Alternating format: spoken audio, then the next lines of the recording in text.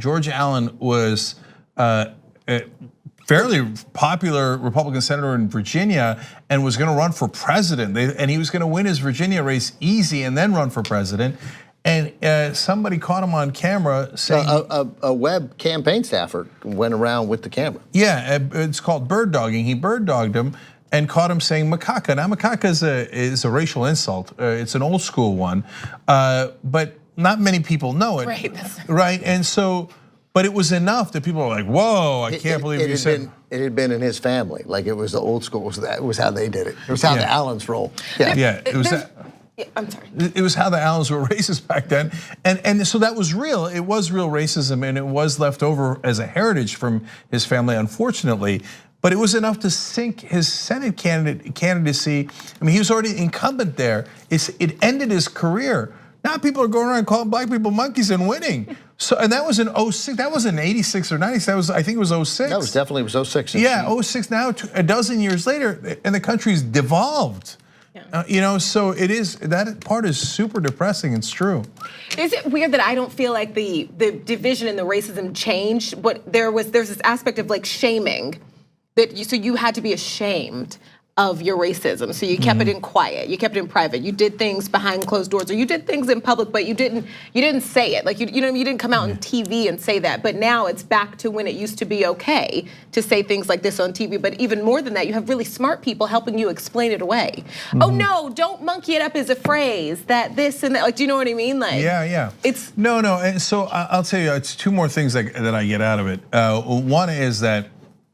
No, I'm going even stronger now, and because it is racism, and I don't care how much you cry. I just don't care. So before I kind of cared a little bit, I guess before, because I thought like racism is a heavy word, and hey, be careful, make sure that no, but if you're brazenly racist, then I'll brazenly call you racist. Why do they get so hurt over getting called racist? No, racist, it's a bad thing. No. It's a terrible thing. I don't understand. Like, just own it. That's what you are. That's what you are. You think other races are less than you, right? So, and more importantly, you support people in positions of power who will specifically go after people of color and treat them as second-class citizens. You're racist. Just own it. I think there's a significant difference. It's not a substantive difference. It's a difference that we have to deal with.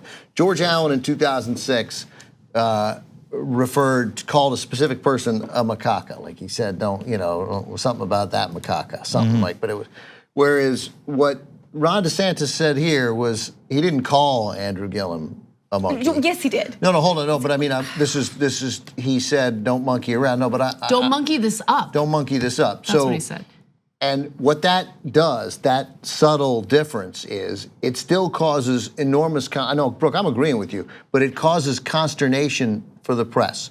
We don't know how to deal with that. That was a slow roll to criticize him for that because he hid behind the manner in which he approached the language. We gotta stop doing that. Yes, I got you. Yes, we gotta stop doing that. No, what is that old Martin Luther King quote about like the moderate liberal or whatever? You know what I'm talking about? You guys know what I'm talking about. You know that quote? But like that, we gotta stop doing that. And that like leads to what she just said. Like it's like why don't you want to be called racist? Because great people help you explain it away. There is absolutely zero difference in what he did and what he did. I'm saying that's the truth. Their intentions behind it were the same. That's right. Their understanding of it was the same. There is absolutely no difference. And we do ourselves a disservice when we pretend like there's significance even to that. Well, no, he kind of hid it. He did not hide it. But you're not just saying this he is. You're not just saying this to the purveyors of those thoughts. The New York Times, for example, is struggling mightily with this. They actually 3 or 4 times in this campaign you could feel the sort of painful. There's a great piece in Huffington Post today about this. Lurch forward and say racially inflamed language. Right. But they all have a very hard time. The mainstream media that's part of what they've struggled with Trump. Like who makes up the mainstream media? What does mainstream media look like? Yeah, and then that'll give you an answer as to why they have a hard time. But they also have a hard time because that's part of it too. But everybody they don't want to be criticized. But I think it's more that they don't want to be. Look, because as soon as they say here's what conservatives do very, very well.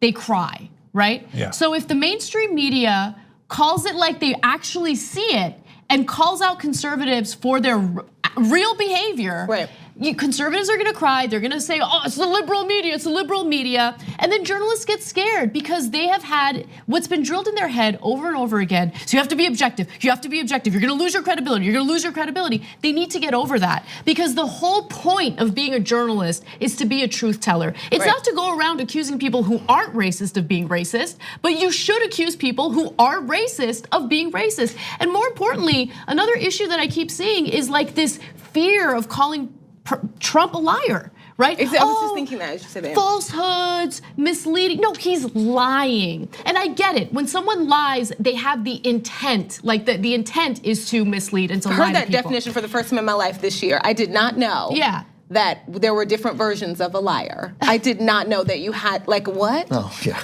If I have never seen every type of grass out there, I can sit here and say grass is purple, and you can't call me a liar because possibly I did know. Because they don't know what your intentions are, what? and it drives me nuts. It drives me nuts. Weird. No, I know what Trump's intentions are. It's the lie. Exactly. I mean, if you can't figure that out, you're not a reporter. But also, no. But look, this is really important. Stop.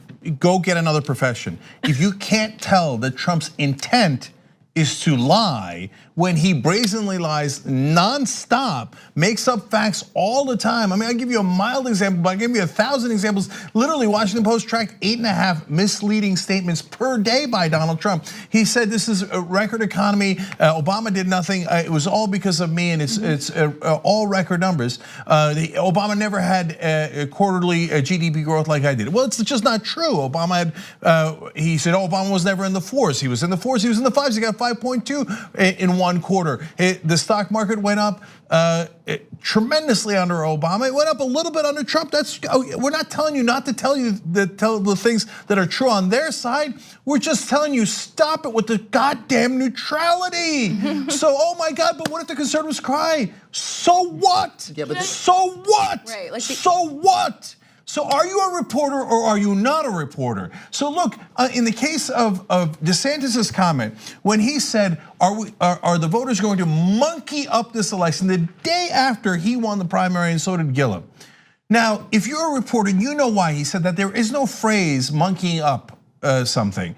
That he forced the word monkey into that sentence just on purpose to say monkey about Gillum. Now, if you're neutral, you'll say, well, I can't prove it without a shadow of a doubt because I'm not inside his head and the conservatives are gonna cry. So I'll hide behind, I don't know, I can't tell. But if you're a real person, you know it, and every reporter knows that he said monkey on purpose. He forced it into that sentence because he wanted to excite his racist base. By the way, it worked, but when you didn't unequivocally call him a racist and that it was a racist thing to say on purpose for a political reason, you didn't do your job, so you should go get another job. On the go? Don't worry, we got you covered. You can still listen to TYT at our new podcast network. Find us on Apple Podcasts, the Google Play Store, or at tyt.com/podcast.